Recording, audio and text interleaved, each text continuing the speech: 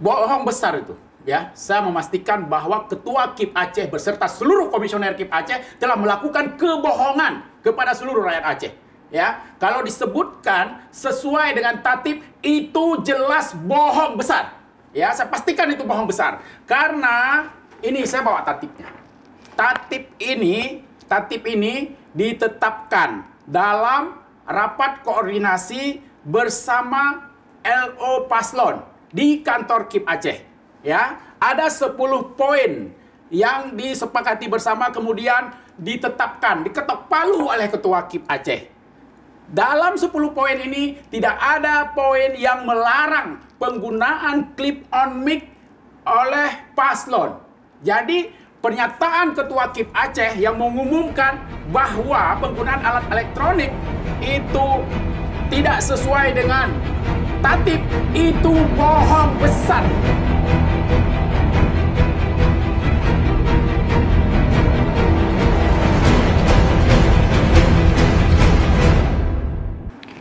Assalamualaikum warahmatullahi wabarakatuh. Kembali lagi dengan saya Siti Aminah di channel PTM, tepatnya di episode ke-27 tahun kelima edisi Kamis 21 November 2024. Bagi rekan yang belum subscribe, silahkan subscribe dan kita masih menunggu komentar yang positif dan membangun pastinya. Bagi rekan PTM, kita kembali ya dengan isu yang sangat hit dan hot di tengah masyarakat Aceh hari ini. Kita telah menyaksikan tanggal 19 November malam tentang debat calon gubernur dan wakil gubernur Provinsi Aceh yang ketiga, di mana berlangsung memanas dan kisruh.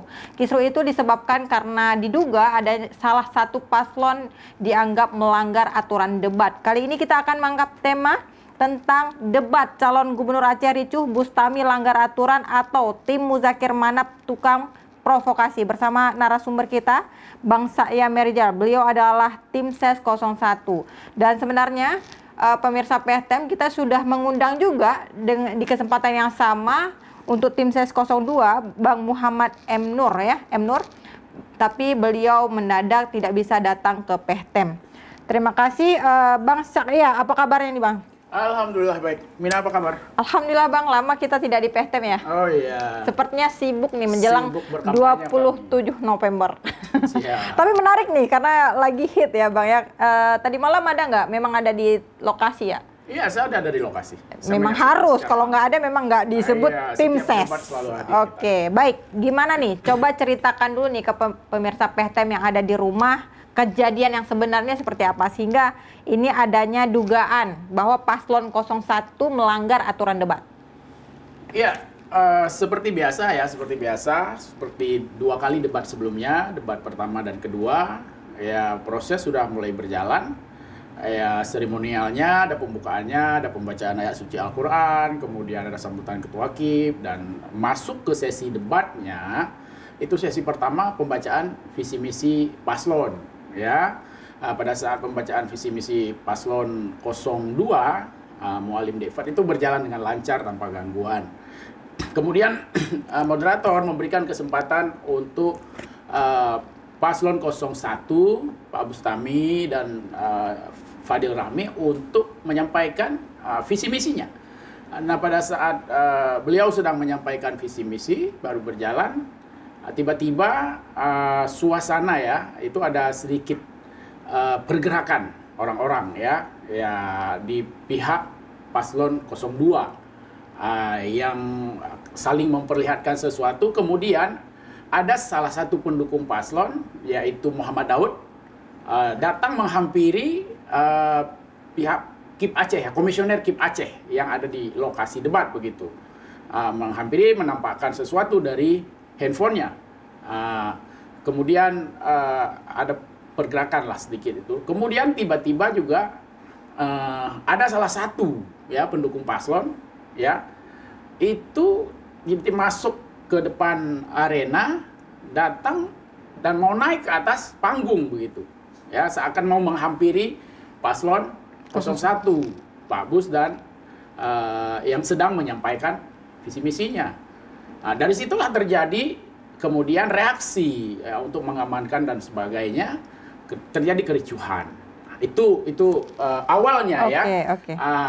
Itu awalnya. Oke, tapi Bang, saya sebelum itu saya mau memastikan nih, apakah ketika paslon untuk naik ke atas panggung atau sebelum memasuki acara, itu KIP ataupun pihak yang lain ada memeriksa atribut sebelumnya?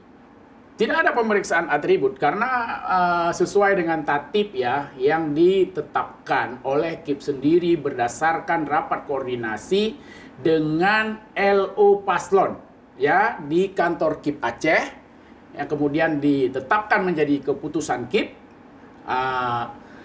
Di sana yang dilarang itu membawa atribut kecuali yang melekat di badan ya, membawa atribut yang melekat di badan. Nah, itu harus dipahami ada di poin keberapa ini? Kedua ya. Jadi saya pikir yang dipersoalkan tadi malam itu kalau itu masuk kategori atribut melekat di badan seharusnya tidak dipersoalkan. Kalau masuk kategori atribut. Kalau dipersoalkan bahwa ini alat elektronik, ini juga tidak ada larangan dalam tatib yang ditetapkan oleh KIP secara resmi dalam rakor bersama LU Paslon. Oke, tapi dari 10 tatib yang dibacakan di awal, ya sebelum penyampaian visi misi itu tidak ada sama sekali tentang penyebutan bahwa setiap paslon tidak boleh membawa barang elektronik. Tidak ada. Dari debat pertama, ya 8 poin tatib, kemudian ada perubahan di debat kedua pada saat rakor menjadi 10 poin tatib. Tidak ada poin yang melarang ya penggunaan alat elektronik khusus ya seperti yang dipersoalkan clip on mic yang ditempel di kerah baju Pak Bustami tadi malam itu, dan 2 debat sebelumnya juga beliau menggunakan. Tidak ada protes, tidak ada reaksi. Jadi ketika debat ketiga ini kan kita menganggap ini normal aja. Ya karena bagi kita clip on ini sekarang sudah jamak dipakai oleh orang gitu untuk kebutuhan konten media. Oke, Bang Saya, tapi pemirsa PSTM sepertinya ada pertentangan antara apa yang disampaikan Bang Saya tentang soal syarat ya untuk tidak membawa atribut elektronik dengan pernyataan Ketua KIP. Kita saksikan video berikut ini. Setiap alat elektronik yang ada pada paslon tidak dibenarkan untuk digunakan. Baik, Bang Saya, dari tayangan video KIP ya, ini Ketua KIP-nya langsung menyampaikan pada malam itu bahwa paslon 1 melanggar karena adanya atribut. Itu seperti apa? Bohong besar itu. Ya, saya memastikan bahwa Ketua KIP Aceh beserta seluruh komisioner KIP Aceh telah melakukan kebohongan kepada seluruh rakyat Aceh. Ya, kalau disebutkan sesuai dengan tatib itu jelas bohong besar. Ya, saya pastikan itu bohong besar. Karena ini saya bawa tatibnya. Tatib ini ditetapkan dalam rapat koordinasi bersama LO Paslon di kantor KIP Aceh. Ya, ada 10 poin yang disepakati bersama kemudian ditetapkan, diketok palu oleh Ketua KIP Aceh. Dalam 10 poin ini tidak ada poin yang melarang penggunaan clip on mic oleh paslon. Jadi pernyataan Ketua KIP Aceh yang mengumumkan bahwa penggunaan alat elektronik itu tidak sesuai dengan tatib itu bohong besar. Itu Mina.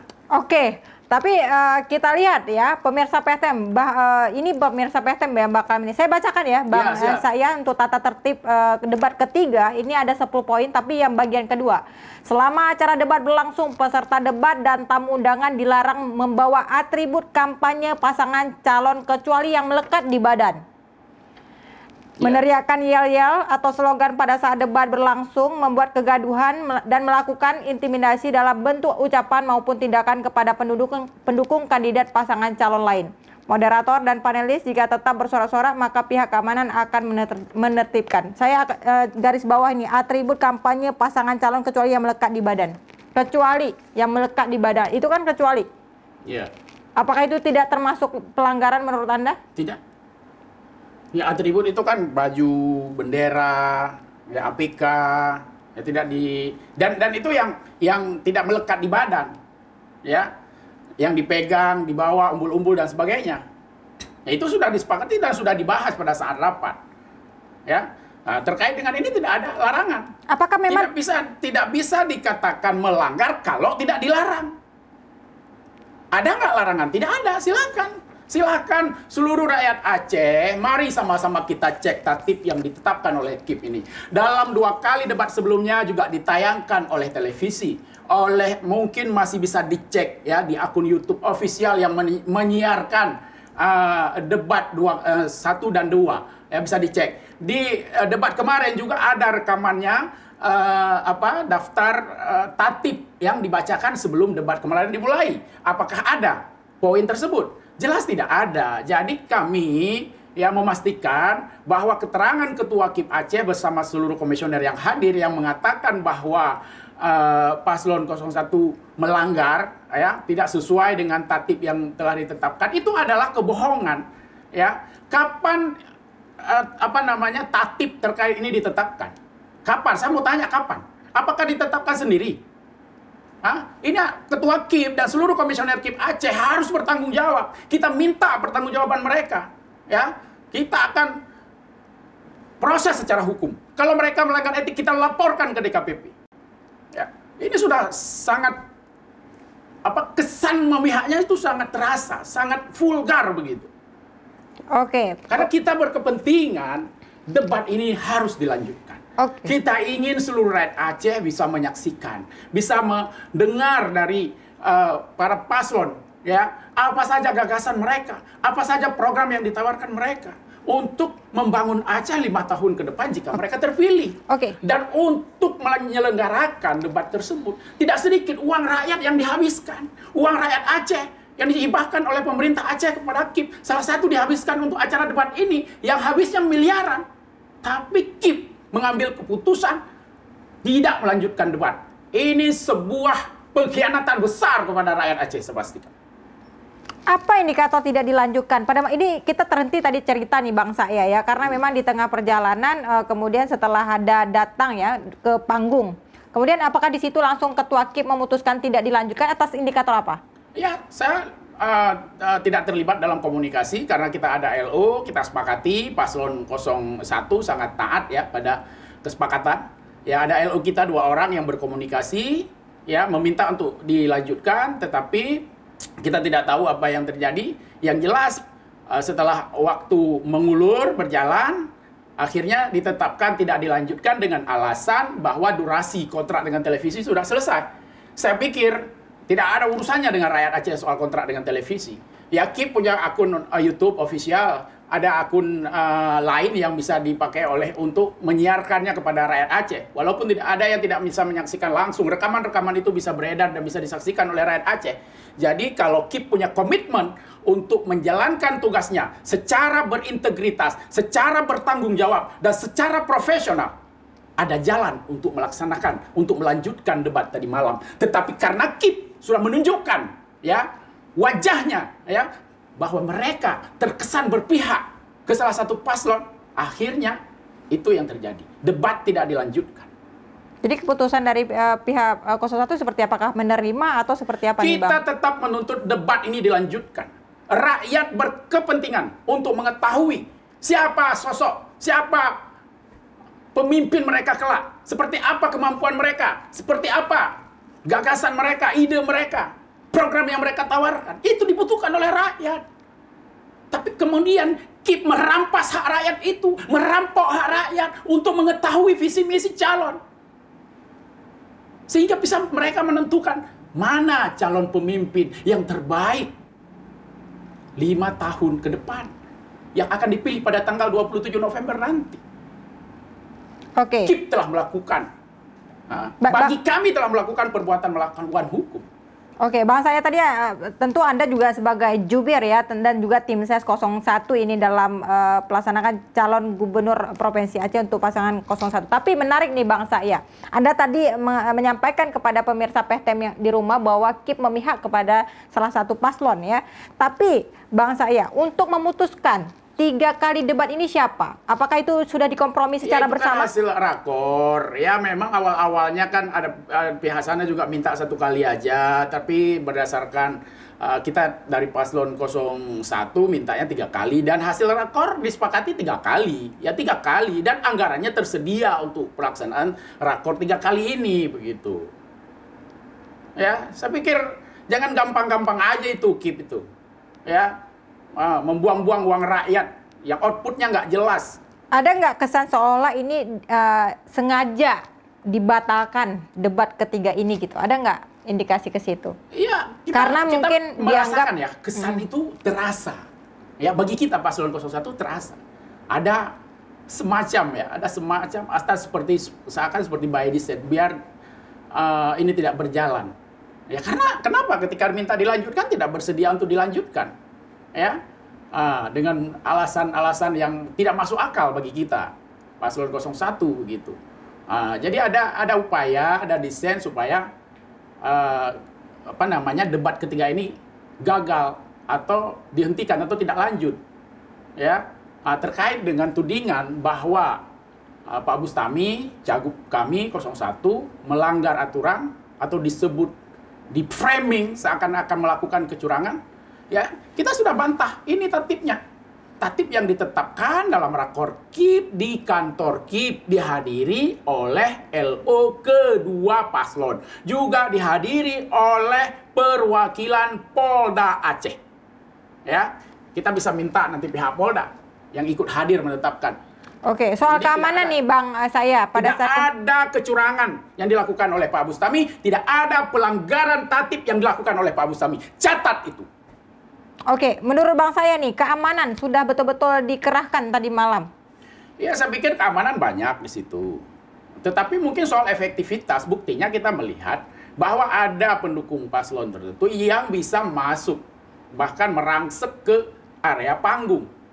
Ya, karena ada yang melakukan itulah sehingga ada reaksi, ada terjadi kericuhan, dorong-mendorong dan sebagainya. Nah, ini sangat kita sesalkan. Ini yang patut kita sesalkan. Ya, kalaupun misalnya ada aspirasi dari pendukung paslon yang ingin disampaikan kepada KIP, kita dalam rakor dengan KIP sudah sepakat yang diberikan mandat, diberikan wewenang untuk berkomunikasi dengan KIP, dengan pihak keamanan, yaitu LO paslon. Ya, semalam kita lihat yang melakukan protes, yang melakukan komunikasi dengan pihak KIP, itu bukan LO paslon. Seharusnya pendukung di luar LO itu duduk aja. Silakan sampaikan secara santun, secara beradab.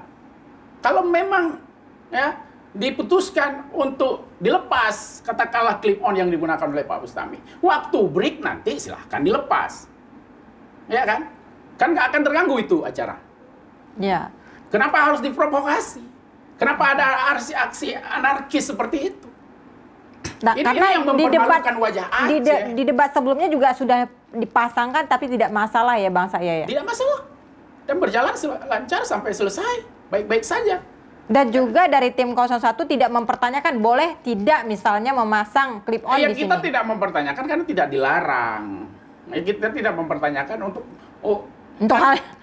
karena kita anggap lumrah dan kita juga lihatlah di debat-debat lain, di debat wali kota Banda karena Aceh, kan benda kecil kadang-kadang orang kan nggak paham itu apa dan dianggap itu sebagai kecurangan. Hal-hal orang yang nggak paham kan nggak semua orang kalau paham. Misalnya itu pelanggaran, katakanlah Pak Bustami melakukan pelanggaran ini misalnya. Ada mekanismenya, ada panwasli. Nanti Pak Bustami diperiksa, alat itu diperiksa. Itu Tapi sudah diperiksa ya, itu benar-benar tidak melanggar aturan ya, bukan yang digambarkan oleh masyarakat bahwa itu earphone. Nah, ini ada yang melakukan provokasi. Muhammad Daud ini bukan LO. Dia menjelaskan seakan-akan clip on ini seperti earphone yang dapat mengeluarkan suara. Pak Bustami bisa diarahkan dari luar untuk menjawab pertanyaan-pertanyaan. Ini kan pembodohan luar biasa. Kita sudah di tahun 2024. Kok bisa begitu primitif cara berpikirnya? Saya nggak habis pikir. Ya. Baik, Bang saya, karena sudah tuntas ya sebenarnya bagaimana klarifikasi, karena kita juga sebenarnya mau menunggu yang nih. Yang ingin saya sampaikan satu lagi nih, Mina ya. satu lagi ya, saya klarifikasi bahwa tidak ada itu kecurangan yang dilakukan oleh Pak Bustami, tidak ada pelanggaran tatib yang dilakukan Pak Bustami. Justru pihak 02 ada beberapa pelanggaran yang mereka lakukan. Apa itu? Yang pertama, ada salah satu pendukung paslon yang merangsek, yaitu yang bernama Yusri alias Pale alias Hammer, itu melakukan pelanggaran tatib terkait tidak ya, para tamu dan undangan pendukung paslon wajib menggunakan ID card untuk akses masuk. Yang bersangkutan tidak menggunakan ID card pada saat akses masuk.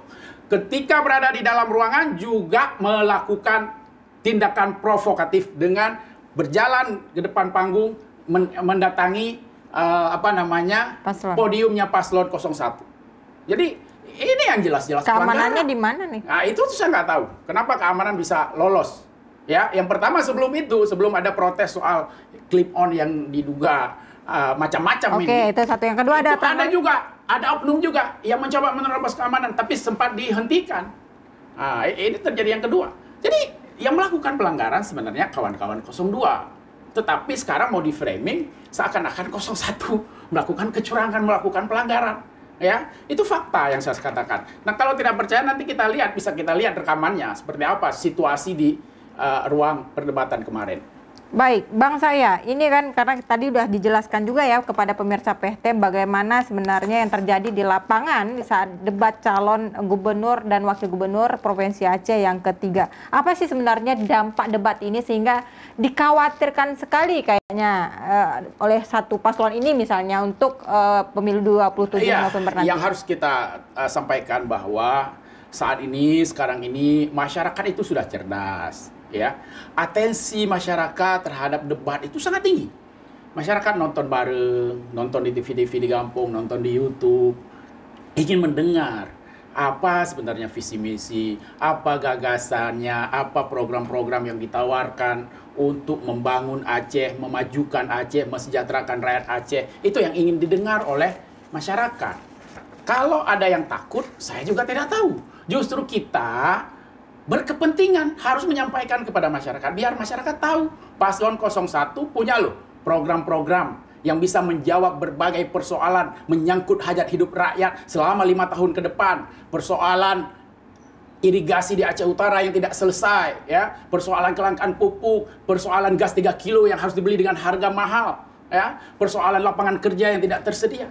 Itu harus disampaikan dan sudah disusun ya menjadi program nantinya kalau terpilih dan akan masuk dalam RPJMA dan akan dilaksanakan oleh Ombus Syekh Fadil kalau mereka diberi mandat oleh rakyat Aceh. Sehingga paslon 01 berkepentingan ini harus disampaikan kepada rakyat.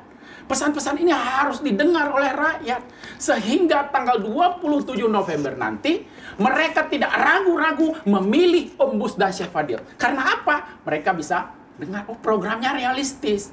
Nah, karena Ombus Syekh Fadil ini nggak jual mimpi. Ya, Ombus Syekh Fadil hendak kejak Mekah Lumpur. Ambahat.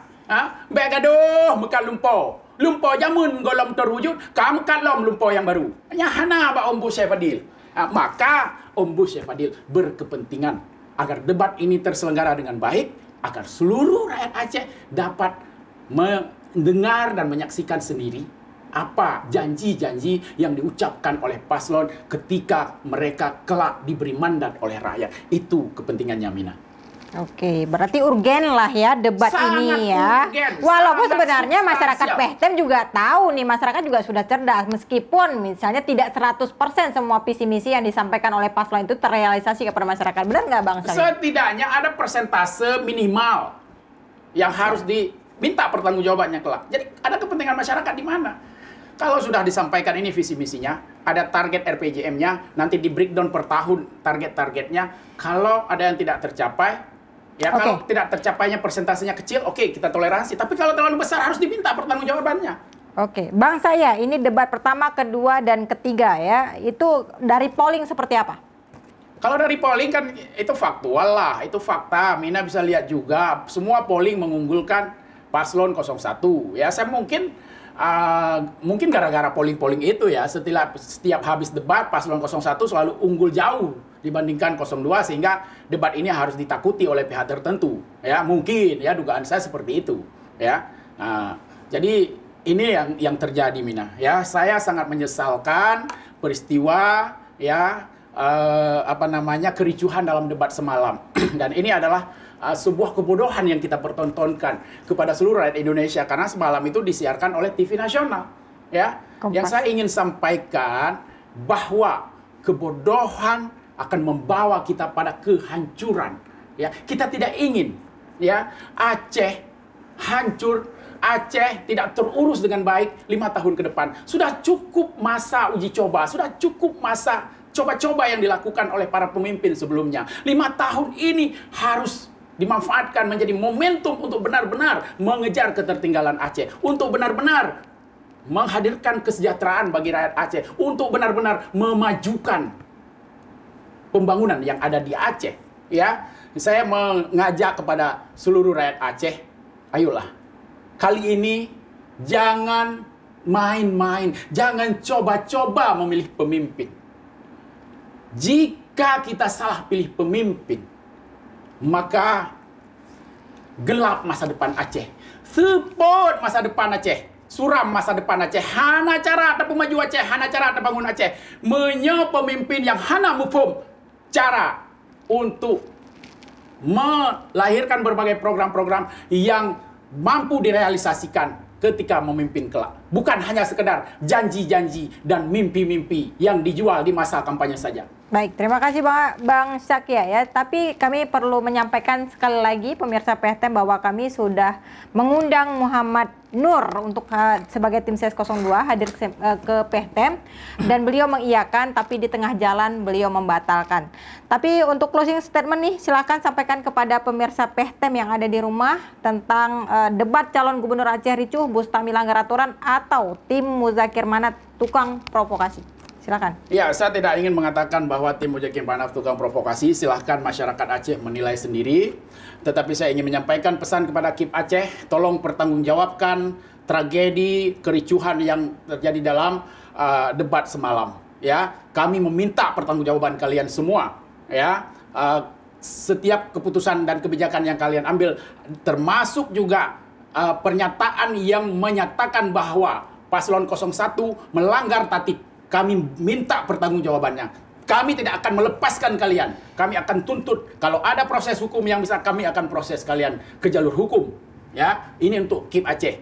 Untuk masyarakat Aceh, kami mengajak kita semua, ya, seluruh rakyat Aceh, agar kita tidak usah terprovokasi, tidak usah kita ribut-ribut, tidak usah kita main gaya-gaya premanisme. Ya, mari kita bersatu karena sesungguhnya kita ini bangsa Aceh, rakyat Aceh bernaung di bawah rumah besar yang bernama Aceh. Sesungguhnya kita bersaudara. Karena itu baik karu-karu, mari kita bersatu. Bak tanggal 27 November untuk baik tua ni jabat TPS pilih pasangan calon gubernur Aceh nomor urut 1.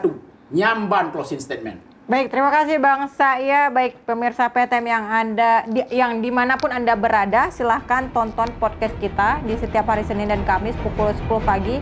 Dan jangan lupa tekan lonceng untuk mendapatkan informasi terbaru, like dan subscribe juga. Saya Siti Aminah mau undur diri. Assalamualaikum warahmatullahi wabarakatuh.